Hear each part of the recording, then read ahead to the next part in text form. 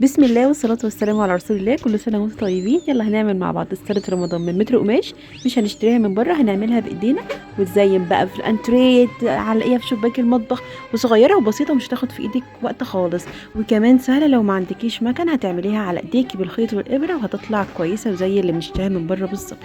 هنا انا كان عندي متر قماش تنيته على بعضه وعملت فيه مثلثات من تحت. عايزه تعملي مثلثات، دواير، اي حاجه.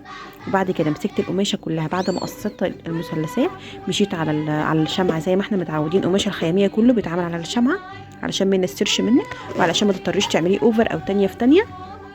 هنا مشيت على الشمعه كلها بالقماشه، وبعد كده ركبت لها الفرنشه الصفرا بتاعت زينه رمضان ديت على المكنه. طبعا ما بتضطريش تعملي تانية في تانية بقى ولا اي حاجه، انت عملتها على الشمعه خلاص. مشيت بالفرنشه عليها كلها داير ما يدور على المثلثات كلها.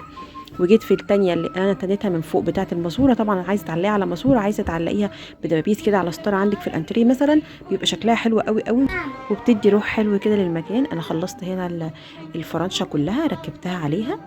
هنا بقى كنت بنضف في الشغل كده. طبعا دي تتعمل بالخيط والابره عادي جدا وبتبقى حلوه، او بمسدس الشمع، وهتبقى جميله معاكي زي الجاهزه بالظبط.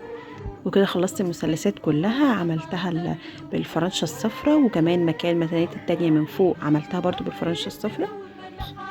طبعا بنفس الطريقه كده ممكن نعمل مفرش كمان للانتريه للركنه، ويبقى ماشي مع الستاره كده، يبقى شكله حلو قوي.